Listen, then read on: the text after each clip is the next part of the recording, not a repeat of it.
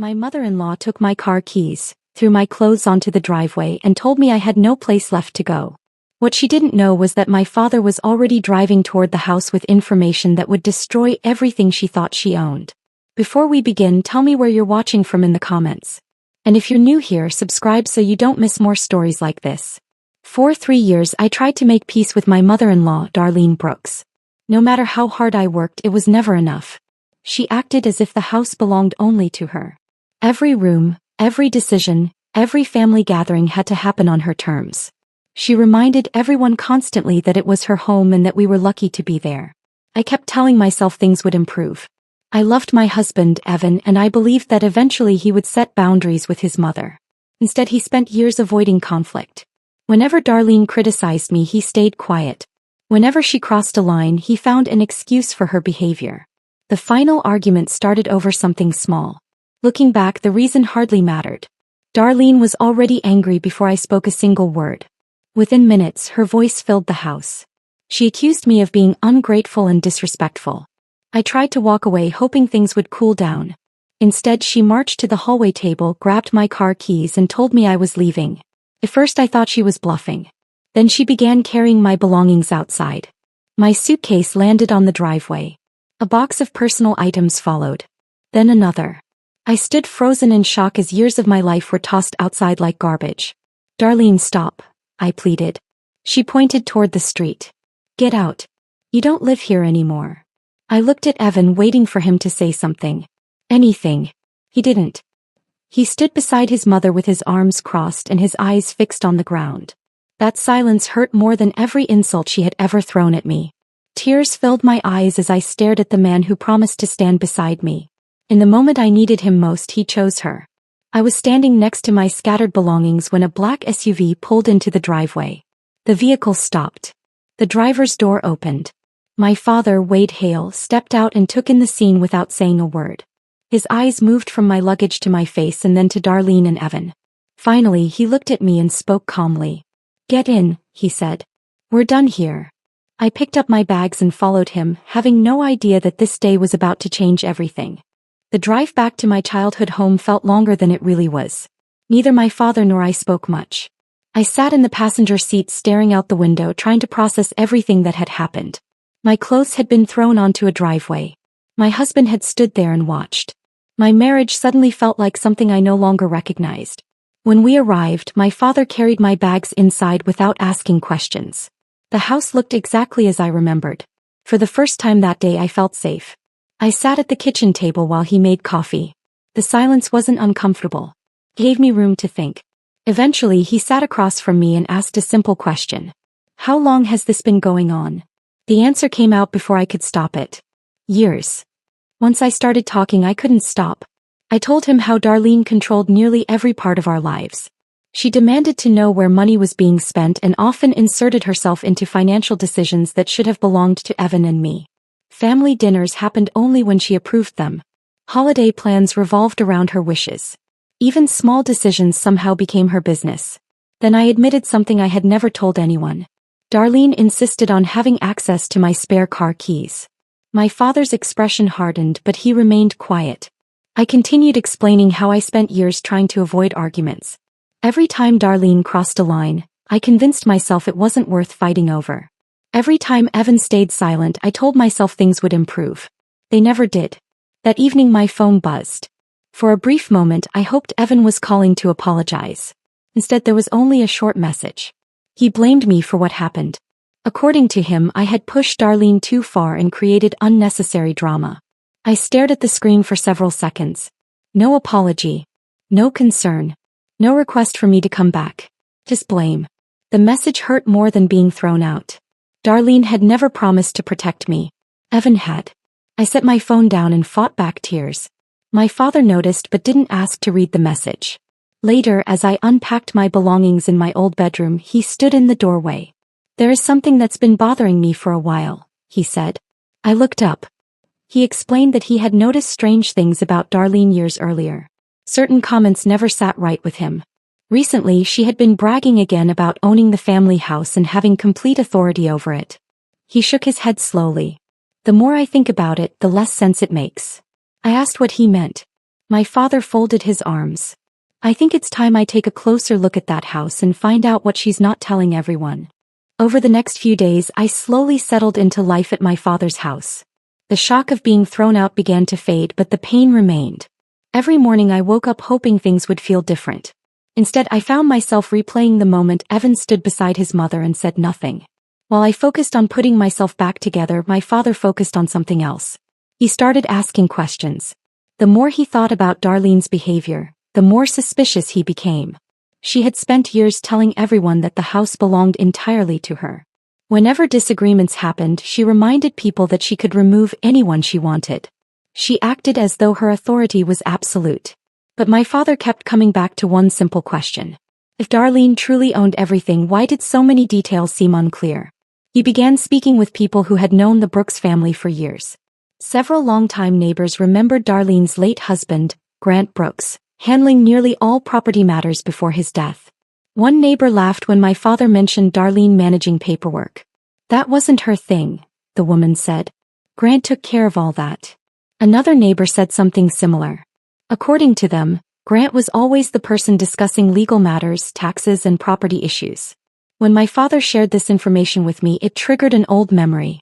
Years earlier, I had walked into the dining room and found Darlene looking through a stack of documents. The moment she noticed me, she gathered everything and shoved the papers into a drawer.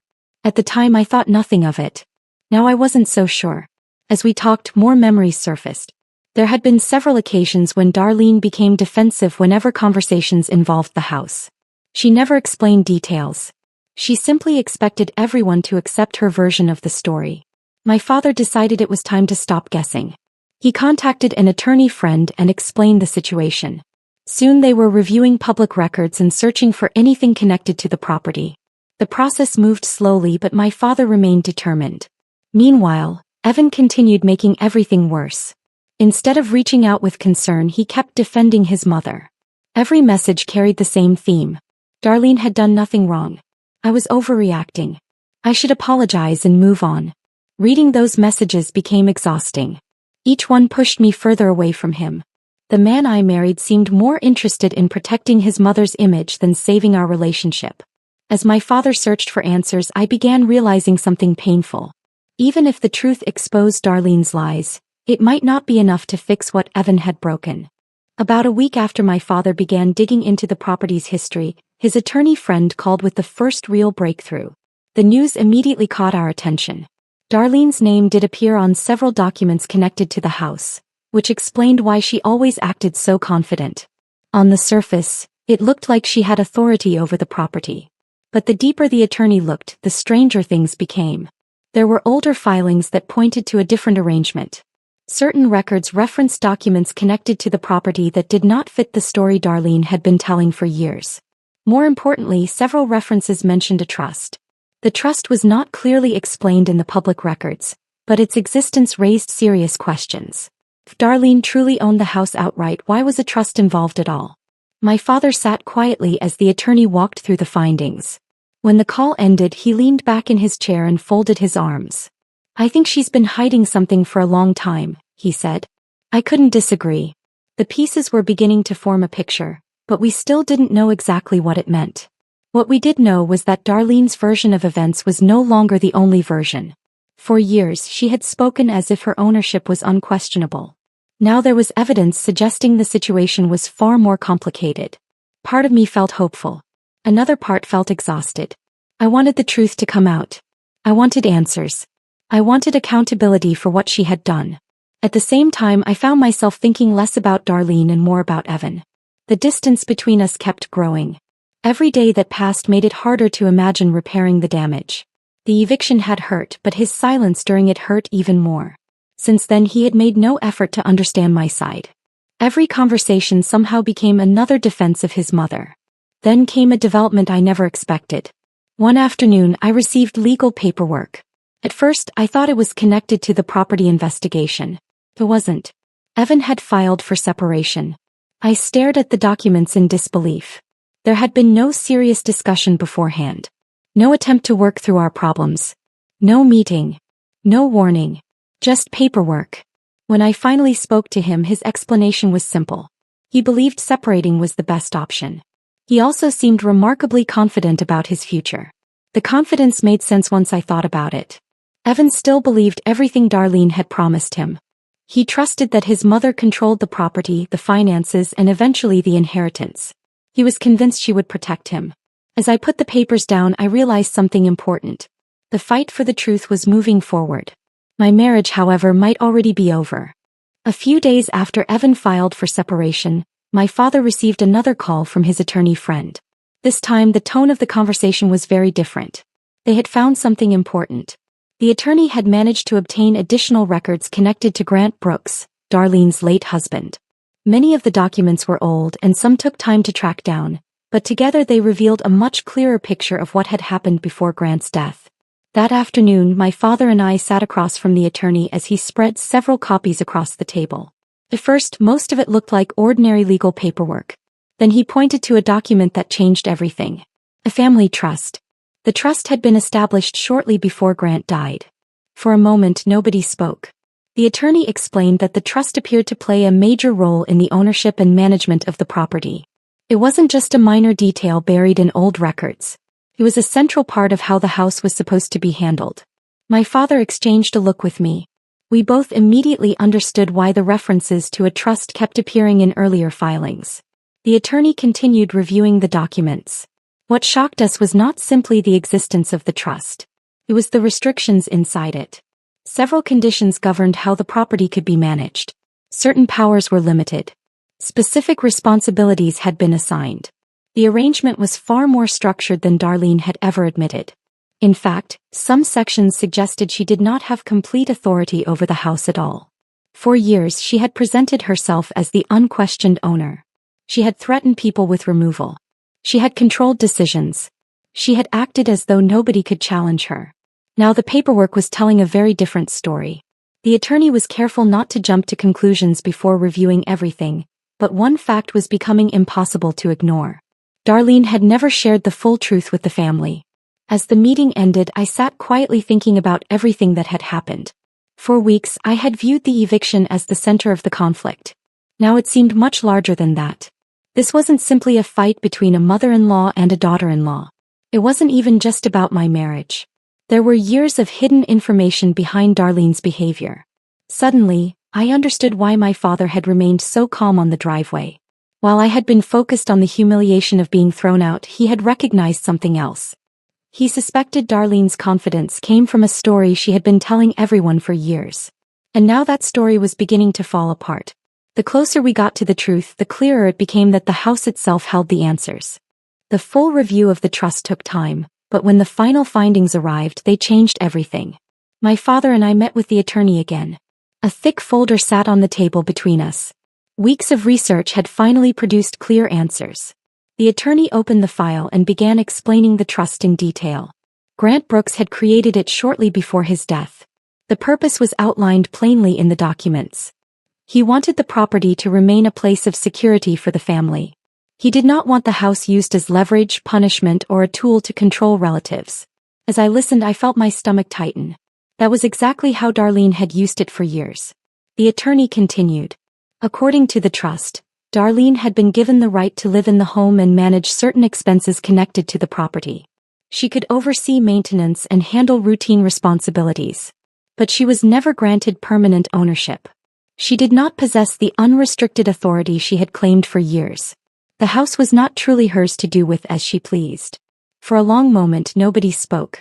I thought about every threat Darlene had made. Every time she reminded people that it was her house. Every occasion she used that claim to force others into silence. The foundation of her power had been built on something that was never completely true. Then the attorney reached the most important section. The trust contained conditions designed to protect family members from exactly the kind of behavior Grant feared. One condition stood out immediately. Residents could not be removed from the property in a way that violated the trust's purpose. The attorney looked directly at us. The eviction raises serious concerns. I stared at him. What does that mean? It means her actions may have violated multiple trust provisions. The room suddenly felt very quiet. For years, Darlene had treated the house like a weapon. She believed it gave her complete control.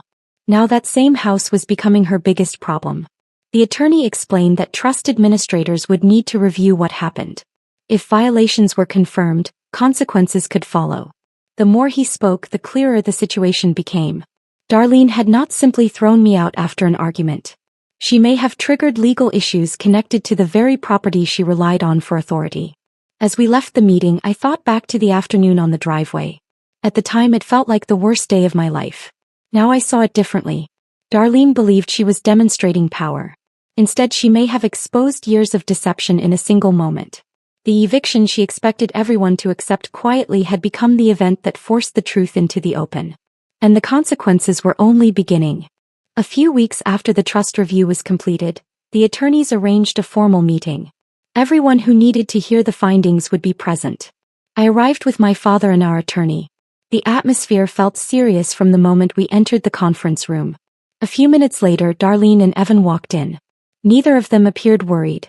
Darlene carried herself with the same confidence she always had. She barely looked at me before taking her seat. Evan followed her and sat quietly beside her. From the beginning, Darlene acted as though the meeting was a waste of time. When the discussion started, she immediately repeated the same argument she had used for years. The house belonged to her. She could decide who stayed there. She could decide who left. Nobody had the right to question her authority. Listening to her, I almost felt like nothing had changed. But then the documents were placed on the table. The attorney opened the trust file and began reviewing its contents. At first, Darlene remained calm. Then specific sections were read aloud. I noticed the change immediately. The confidence in her face began to fade. For the first time since I had known her, she looked uncertain. The attorney carefully explained Grant Brooks's intentions when he created the trust. He outlined the restrictions attached to the property and described the limits placed on Darlene's authority. Every explanation weakened the story she had been telling for years. The room grew quieter with each page. Then came the most important point. The attorney explained that Darlene had never been granted full ownership of the house. She had rights and responsibilities under the trust, but permanent ownership was never transferred to her. Darlene interrupted several times. She insisted the interpretation was wrong.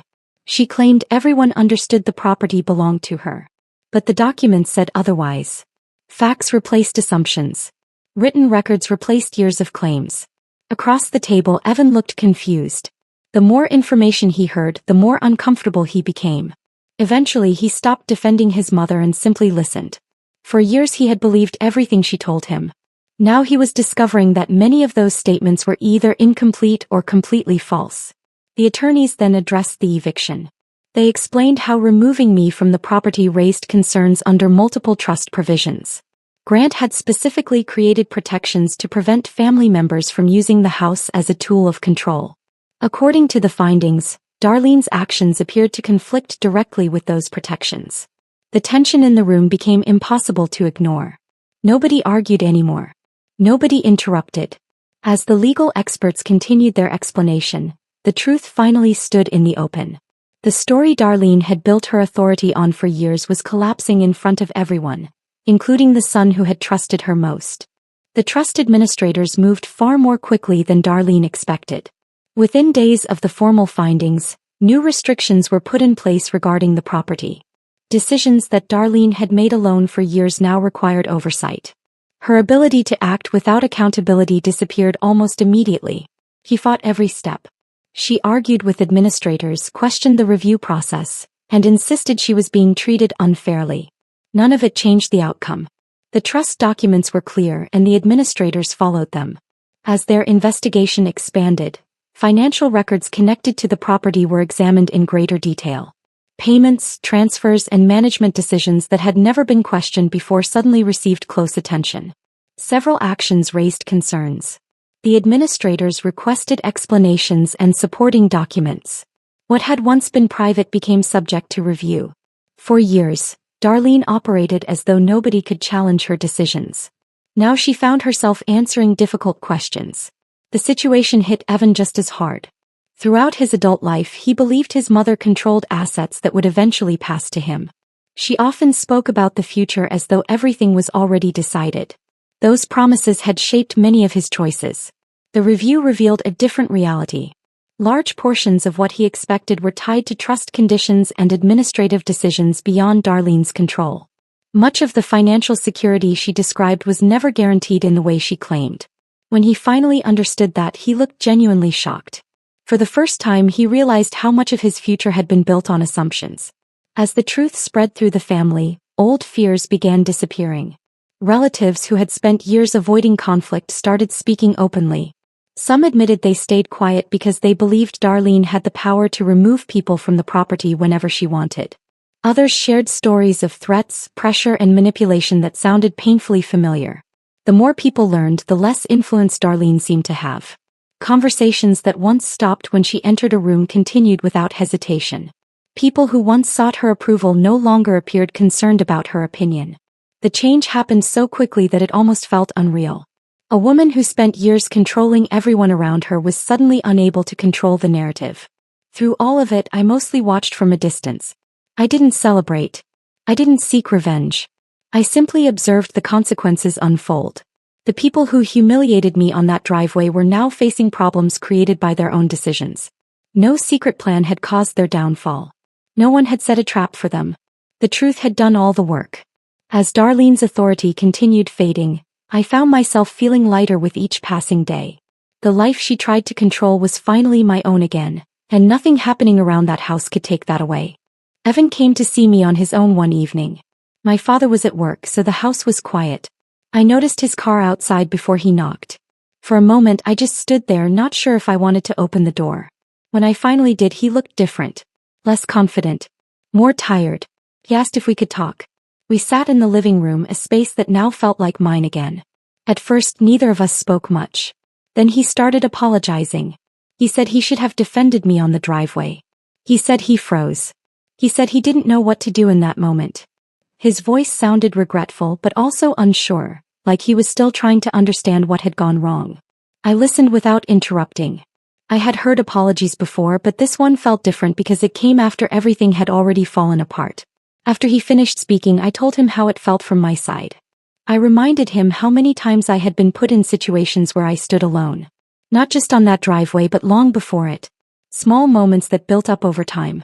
Times when I needed him to stand with me and he chose silence instead. He tried to explain that he never wanted conflict with his mother. That was the problem. For years he chose comfort over loyalty. He avoided difficult conversations. He let Darlene set the rules of our life. He allowed her voice to become louder than ours. Even now, after everything that had been exposed, I could still see it clearly. The legal findings had revealed Darlene's control, but they hadn't changed the deeper issue in our marriage. Evan still struggled to separate himself from her influence. I realized something important in that moment. The problem was never just his mother. It was his willingness to let her lead his decisions.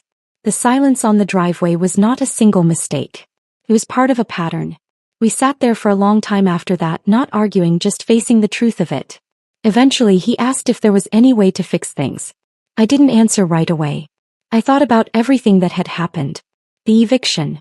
The silence. The separation papers. The way he kept choosing his mother's version of reality over mine. And I understood something clearly. Even if Darlene's lies were collapsing, my marriage had already been damaged beyond repair. I told him I couldn't go back. Not because I wanted revenge. Not because I was angry. But because I finally saw what my life looked like when I stopped being second to someone else's control. That was the moment I chose myself. For the first time in years, I wasn't asking for permission to leave.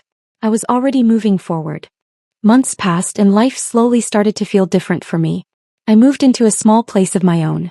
It wasn't large, but it was peaceful. There were no constant arguments, no tension in the air, no feeling of walking on eggshells. For the first time in years, I could breathe without worrying about someone else's mood controlling my day. I also started a new job opportunity that gave me space to rebuild my confidence. Work felt steady and simple, but it gave me something I had lost for a long time. A sense of direction that belonged only to me. My relationship with my father became stronger than ever. Wade never pushed me to move on faster than I was ready. He just stayed present. He showed up when needed, listened when I spoke, and never made me feel weak for what I had been through. That quiet support meant more than anything else. Over time, I realized how much I had depended on him in those early days after the driveway incident. But instead of controlling my choices, he had simply given me space to make my own. Things with Darlene were no longer part of my daily life. Her influence over the family had collapsed after the trust findings. The control she once held so tightly was gone, replaced by legal restrictions and distance from the people she used to dominate. Even Evan's life had changed in ways he never expected. The decisions he made that day followed him. The silence, the separation, and the blind loyalty all came with consequences he could no longer avoid. We didn't speak anymore. One evening, I drove through the old neighborhood without planning to. I slowed down near the street where everything had fallen apart. The house was still there, but it felt far away from who I was now. I remembered standing on that driveway, watching my belongings scattered outside, feeling like everything in my life was ending. I could still hear my father's voice from that day. "Get in. We're done here." Back then, I thought he was taking me away from everything I knew. But I understand it differently now. He wasn't ending my life. He was stopping me from staying in one that was breaking me slowly. As I drove away that night, I didn't feel pain anymore. I felt clarity. What once looked like loss had turned into something else entirely. A beginning I didn't recognize at first, but now fully understood. Thanks for watching. If you enjoyed this story, don't forget to subscribe for more. Your support means a lot. See you in the next one.